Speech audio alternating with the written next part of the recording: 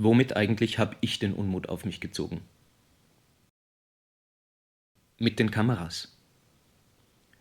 Was du jetzt siehst, kostet Zeit und Nerven, nicht nur beim Schnipseln. Ich unterbreche den Fahrspaß, um ihn einzufangen. Das ist dialektisch, ja, irgendwie. Es ist auch eitel, no. Und das, wo keiner von uns dreien so gut Motorrad fährt, dass irgendeine fadenscheinige Notwendigkeit bestünde, uns dabei zuzusehen. Noch sind die Eindrücke jung. Und die Kehrseite, das werden wir nicht ewig sein. Und vielleicht kann ich mir so dieses Glück viel später noch einmal zurückholen, und zwar gleich so, wie es das erste und das eine Mal erlebt wurde. Axel ist nie vorbereitet. Man muss für ihn mitdenken und man darf nicht darauf hoffen, dass er sich an dein Tempo anpasst. Und Nox will Urlaub machen. Stressbefreit, ausschlafen, genießen, sich Zeit nehmen. Manchmal mehr schauen als fahren. Und bis hierher gab's eigentlich nichts zu sehen. Wieso also nicht zurück ans Meer? Ich weiß nicht, ob wir das so richtig gemeinsam entschieden haben oder ob es persuasiv durchgeboxt wurde. Aber Urlaub ist auf morgen verschoben. Auch die Kamera bleibt an. Der Schatz, von dem ich gesprochen habe, eigentlich weiß ich ja, wo er liegt. Es ist dieser eine neuralgische Punkt, der, wo alle, die ihre Erfahrung geteilt haben, gestrauchelt sind. Da, wo die Mopeds reihenweise umfallen, kurz nach dem Bahnübergang. Und ich bin wieder ein 15-jähriger Teenager. Man hätte sich so viel sparen können, aber man geht den langen Weg, weil man ständig der Panik verfallen ist, etwas zu versäumen. Es wird knapp werden, dorthin zu gelangen. Aber es muss. Und darum haben wir an dieser Kreuzung den Ted verlassen und haben über die Schnellstraße fast unweit vorbei an den Plitwitzer Seen ein paar Meter aufgeholt. Müsliriegel, Astronautennahrung, Pflichtgepäck als Prophylaxe gegen postprandiale Erschöpfungszustände, ungenügend. In Korenica wird gejunkfoodet. Und wieder wäre dann damit Schluss. Glücklich nur, dass es keinen Reiz da an der S2 schlafen zu gehen. Und das Glück bleibt, vielleicht das der Tüchtigen, denn ab jetzt wird alles anders.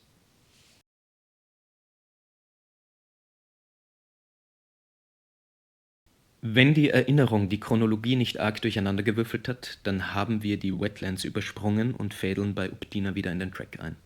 Da geht's vorbei an Häuserfassaden, übersät von Einschusslöchern, aber mitten rein in die Prärie. Die Sonne steht schon so tief, dass jeder Grashalm seine Aufmerksamkeit will. Und wer weiß schon so genau, warum gerade das jetzt schön war. Es war auch wieder nur gespielt, denn der Ted führt eigentlich daran vorbei.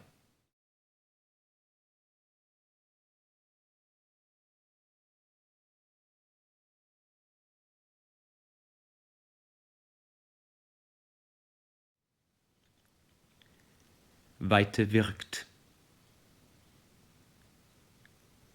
Als Allegorie der Freiheit vielleicht.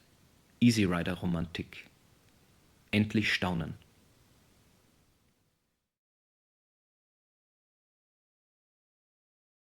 Und dann muss man sich wieder losreißen. Nachher war es nicht, wenn du mal mitfilmst, aber dabei. Aber cool war, wenn du jetzt ein wenig dichter an mir dran bleibst. Ja, das liegt ein Stück an dir. Ja, ja.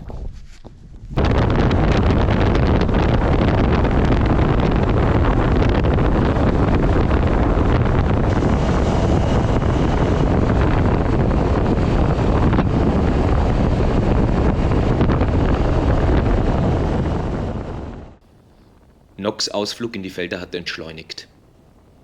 Wir verlassen die Ebene von Visuc. Das Land bleibt weit offen, die Enge ist vorbei, und weil wir schon so nahe an der goldenen Stunde sind, staubt es, wenn wir in den sich ankündigenden Sonnenuntergang reiten.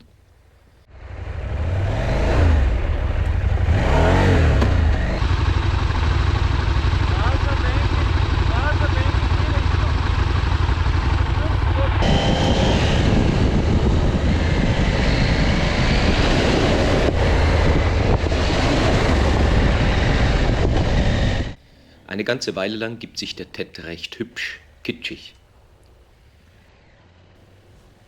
Der Pfad führt entlang von Weidewiesen und es ist überall auf der Welt entzückend, wenn Vieh grast.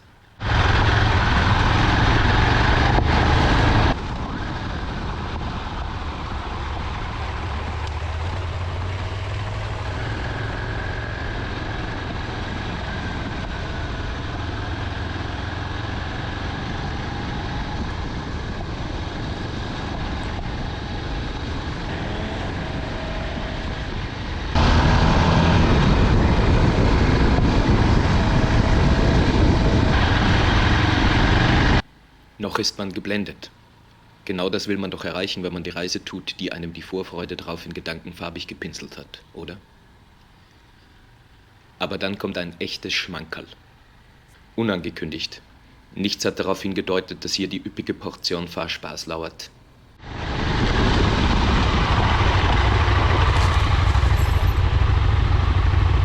Plötzlich Hohlweg. Relativ steil. Man kann nicht sehen, dass es hier bergauf geht. Genauso wenig wie von den Bildern abzuleiten ist, wie sich der Untergrund angefühlt hat. Es war einen guten Satz schwieriger zu fahren als bislang, aber gerade so, dass das Tempo dabei kaum abfällt. Ein erstes Mal fühlt es sich für längere Zeit so an, als müsste man etwas können, um hier zu fahren. Nicht falsch verstehen, die Betonung liegt auf Fahren. Durchkämpfen kann sich jeder, auch allein. Es sind keine besonderen Umstände oder Hindernisse, die diese paar Kilometer aufregend machen. Nicht Schlamm, keine Schranken, keine Stufen. Vielleicht ist es die gesteigerte Konzentration, die man braucht. Die Aufmerksamkeit, die man dem Feedback vom Boden geben muss. Spureln, ich weiß es nicht. Aber kurzum, es war eine herzerfrischende Herz.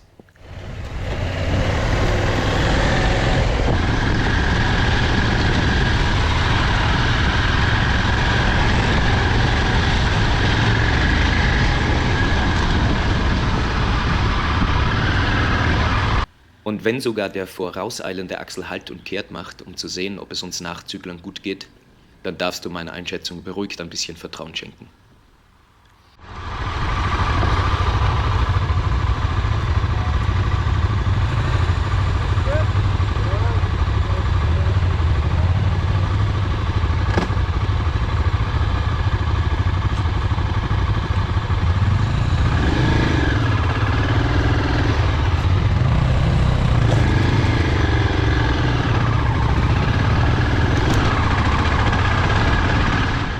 Ich verrate so viel jetzt mal vorweg.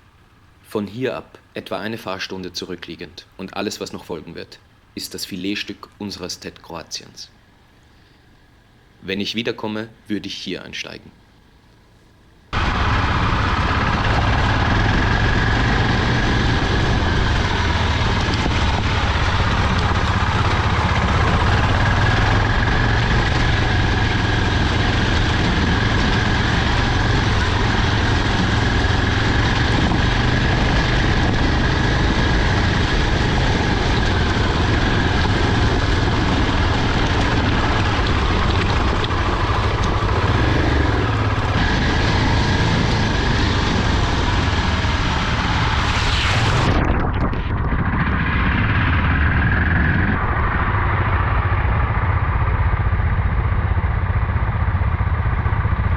Kaum die Eindrücke sortiert, biegt man in die Panoramabrücke ab.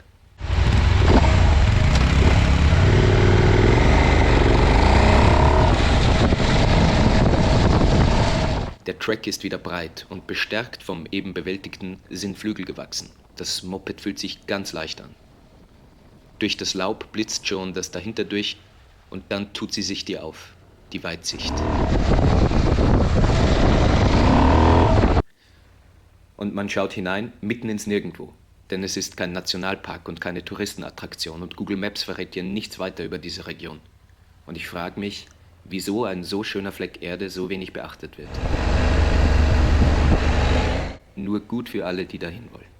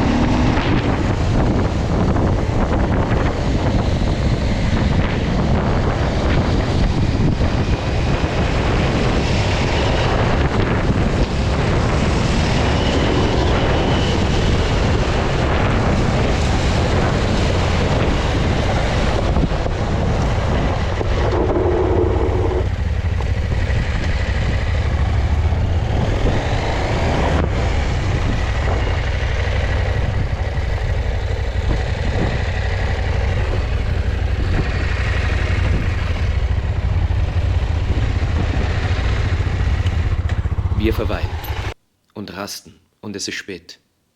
Wir müssen uns um ein Quartier für die Nacht kümmern. Gračac liegt am nächsten. Dort gibt es außerdem die einzige Tankstelle im näheren Umkreis.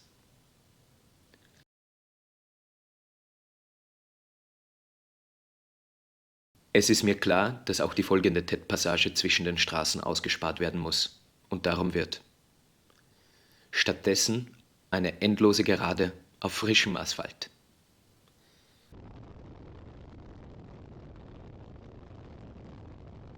Und wir fahren durch dieses größere Dörfchen, vorbei an bestimmt 5 ausgeschriebenen Pensionen, weil man wohl auf die eine besonders einladende Option wartet und nicht voreilig entscheiden möchte. Und gerade am Ende, da, wo schon wieder ans Umkehren gedacht werden muss, weil nichts mehr kam, winken uns alte Bekannte hinter dem Gartenzaun zu. Alte Bekannte und ein neues Gesicht. Unser Gastgeber für die Nacht. Freilich bin ich über die einschlägige Markierung im Track gestolpert. Ich habe mir nur nicht recht ausmalen können, was das denn sein sollte. Ich dachte, ein Denkmal oder sowas. Nein, offenbar eine anderweitige Institution. I'm Rod. I'm Sebastian. Hi, Sebastian. Good to meet you. Nice to meet you. Sebastian, yeah, we didn't meet Axel. Yeah, he's also. Hello. No, Really? he is He's Axel. Axel. He is Axel. Okay, two of us. Two axles. That makes a car. Yes. This is really Hi. not very often. No. And you're from Sweet and good. Not that bad. No, it's really good. Pretty sweet. Rod wird dir gleich selbst erklären, wer er ist. Eigentlich egal, denn schon der Garten ließ erraten, dass es ein Abend voll Benzingespräch werden würde, weil man ja nie und nicht genug davon kriegt. Das und um Bier musst du dich nicht kümmern. The Holy Engine wacht über diesen Platz. Maria, Josef, Jesus oder sonst ein Heiliger wurde aus dem Marterl ausgezogen. I used to be a part-time motorcycle journalist in England, alongside everything else that I used to do, always. So I used to write for magazines and stuff. Is it? Oh, that's brilliant. It's a great thing to do. It doesn't really pay much, but it's fun, and you get like bikes to ride, which is great, and you get kit, which is the expensive part of motorcycling. So people send you stuff, don't they? You know, and that's nice. So that's why I did it really, and it was also fun. So I've always written. And then when I got here, I hadn't really thought about what I was going to do. I was just kind of, I'm going there, that's it. And I knew I couldn't do that because that doesn't work here. So I thought, well, I'll just, you know, the cost of living here is dramatically lower than the UK, so I don't need much money. So probably I can live off the writing, and that worked. So just do that. And that's good. It's a nice way to earn a living because you kind of do the work once, usually in the winter when there's nothing else going on, and then you get paid for it constantly. So that's nice. Okay, but technical books, what does it mean actually? So like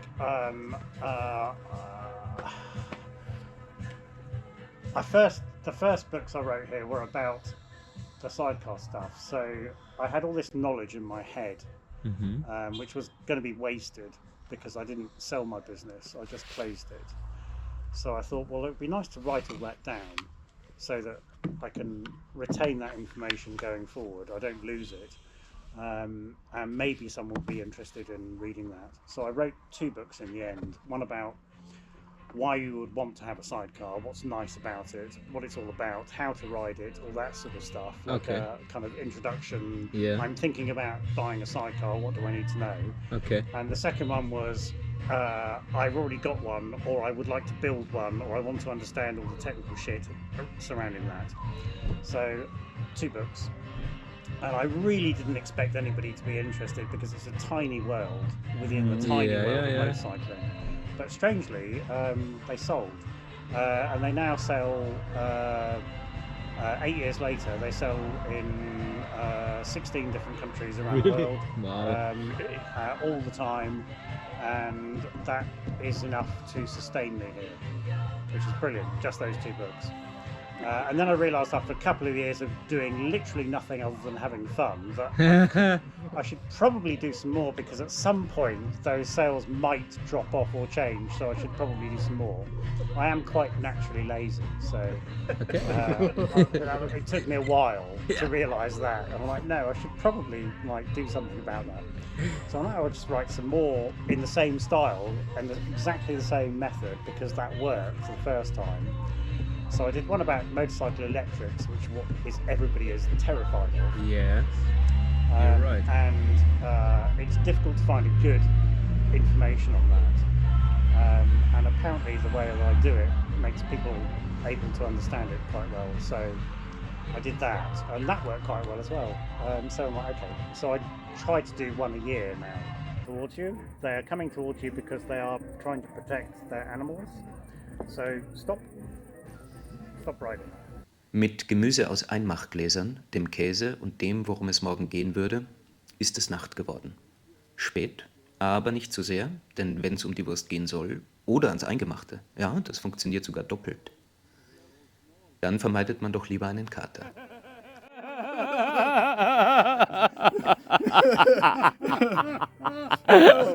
Stattdessen tat ich's der Katze gleich. Husch, husch und ab ins Körbchen. Yes, yes.